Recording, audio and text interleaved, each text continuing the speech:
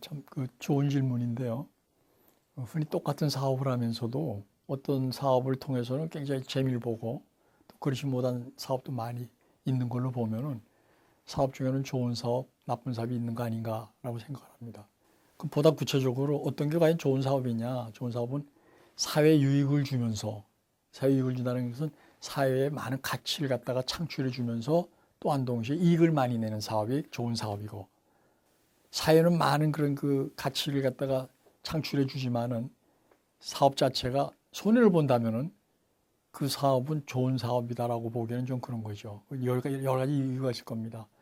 좋은 사업인데도 불구하고 사업을 잘 못했다라든가 사업 자체가 좋지 않았다라든가. 그래서 이제까지 나온 그런 사업과 관련해서 보면은 사회 유익을 주는 사업이냐 아니냐. 가장 극명하게 우리가 볼 수 있는 게 뭔가 하면은 요즘 전 세계적으로 크게 문제를 야기시키는 게 금융 파생 상품이라는 거예요.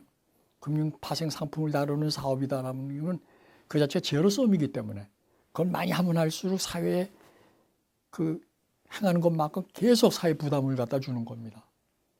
특히 그와 관련해서 우리나라가 문제인 게 뭔가 하면은 우리나라가 파생 상품 거래 건수는 세계 제일 많아요.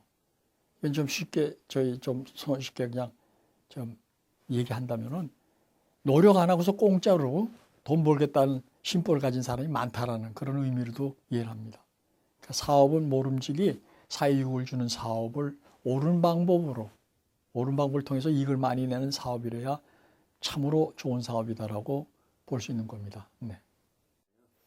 네, 흔히 얘기할 때 기업은 밸류 크리에이터, 그러니까 이익 창출자라는 말도 쓰고 프로피시카, 가치 창출자라는 말도 쓰고 프로피시카, 이익을 추구하는 자라고 기업을 아주 한마디로 이렇게 또 얘기를 합니다. 사실 내용으로 봐서는 이게 서로 별개의 것이 아닙니다.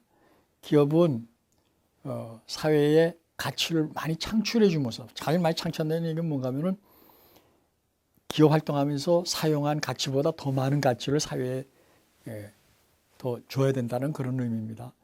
많은 그 가치 창출해 주면서 이익을 많이 내는. 그럼 가치 창출과 이익 추구는 어떤 관계가 있느냐? 이걸 우선 이해하실 필요가 있다고 생각을 합니다. 뭔가 하면 기업이 가치 창출한 그 가치는 거기 그 가치 창출하는데 기여한 많은 이해관계자들이 있어요. 그 이해관계자들에게 다 기여한 것만큼 다 논아주고 나머지로 남는 게 결국은 기업의 이익으로 잡히게 되는 겁니다.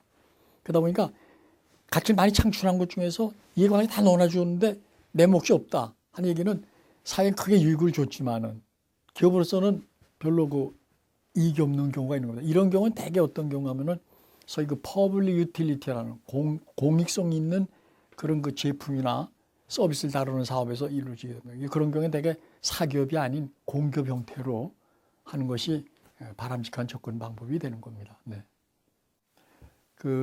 사업이 있는 것은 반드시 비즈니스 모델이 있거든요.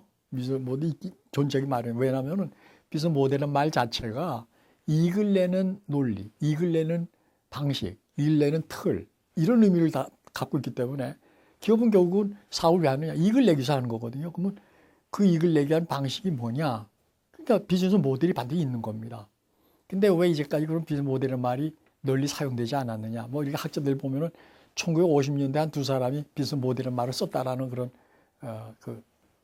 최초의 기록을 갖다가 찾아갖고 얘기하는 사람도 있지만은 본격적으로 비즈니스 모델이라는 말이 등장하게 된 시대적 배경은 소위 ICT 혁명, 인터넷 혁명과 직결됩니다. 그래서 2000년을 전후한 이때부터 비즈니스 모델이 아주 쏟아져 나오기 시작해요. 한 예를 들면 통계해보면 2001년도에 구글 엔진, 서치 엔진을 통해서 찾아진 걸 보면은 2001년도에 한 10만 건이 있었는데 2012년 한 10년 사이에 3,800만 건으로 늘어났다는 거예요. 이거 바로 뭔가 하면은 ICT 혁명에 따라서 보다 많은 사업 기회, 소위 비즈니스 오퍼튜니티가 많이 이렇게 생기다 보니까 그때부터 비즈니스 모델이라는 말이 사방에서 나온 겁니다. 스타트업, 소위 벤처 비즈니스에서 혹은 창업 비즈니스에서 기술 경영 분야에서 또 사업 전략 분야에서 심지어 재무 분야에서 기타 등등 각 분야마다 비즈니스 모델이라는 그 개념을 살릴 필요가 점증하고 있는데도 불구하고 통일이 되지 않는 겁니다. 왜냐하면 각 분야마다 필요한 그 목적과 필요에 따라서 그걸 얘기를 하다 보니까 공통된 게 없어요. 그러다 보니까 듣는 사람 입장에서 보면은 굉장히 혼란스러운 겁니다. 비즈니스 모델이라는 게 어떤 명쾌한 개념을 전달하는 것으로 딱 듣는 순간 이해가 되는데 이게 뭐지 하고 하면은 이게 막 혼란이 오는 거다. 왜 하도 여러 사람들이 여러 가지 의미로서 또 여러 가지 용어로서 설명을 하기 때문에 그래서 이번 이 강좌도 사실은 전 세계적으로 지금 풍미하고 있는 비즈니스 모델 캔버스라는 그게 지금 아주 그냥 세계를 풍미하고 아주 그 하나의 붐을 갖다 일으키면서 아주 센세이션을 일으키고 있는 건데